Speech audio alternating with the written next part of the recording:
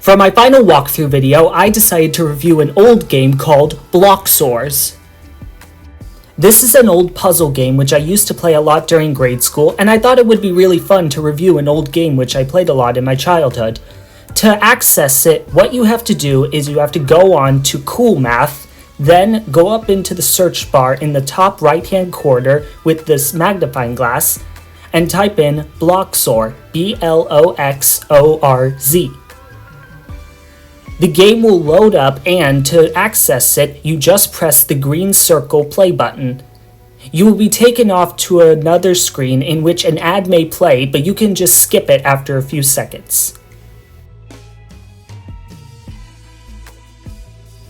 When the game has loaded, you can tap anywhere to start and go to the opening screen. On this, you will find settings such as start a new game, resume an old game, and so forth. We are going to start a new game, and you will be brought up to some instructions on how to play the game. In total, there are about 9 different slides which provide instructions to the game, and if you want, when you play the game, you can stop and read them, but we're just going to skip them for right now.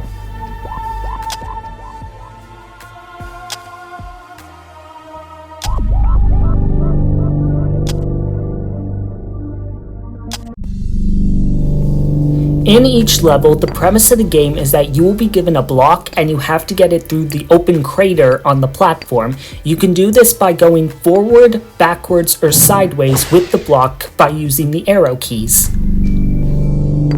Now, a lot of the levels have qualities in which the players must figure out how to maneuver around in order to get the block into the crater. These are described in the instructions at the beginning of the game, so I'm not going to talk about them during this video. But rest assured that the game does give detailed instructions on what players need to do before they start playing the game.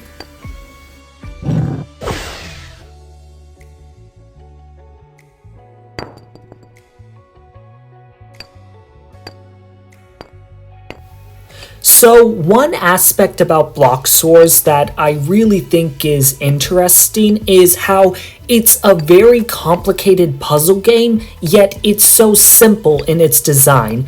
I think that was maybe something that made it so, how should I say, attractive to me as a young child in school, that I was able to challenge my brain, but not in a manner that made me get upset really, like how homework or classwork or the little teasers that teachers gave us on the whiteboards during class, you know? This was just a game, you know?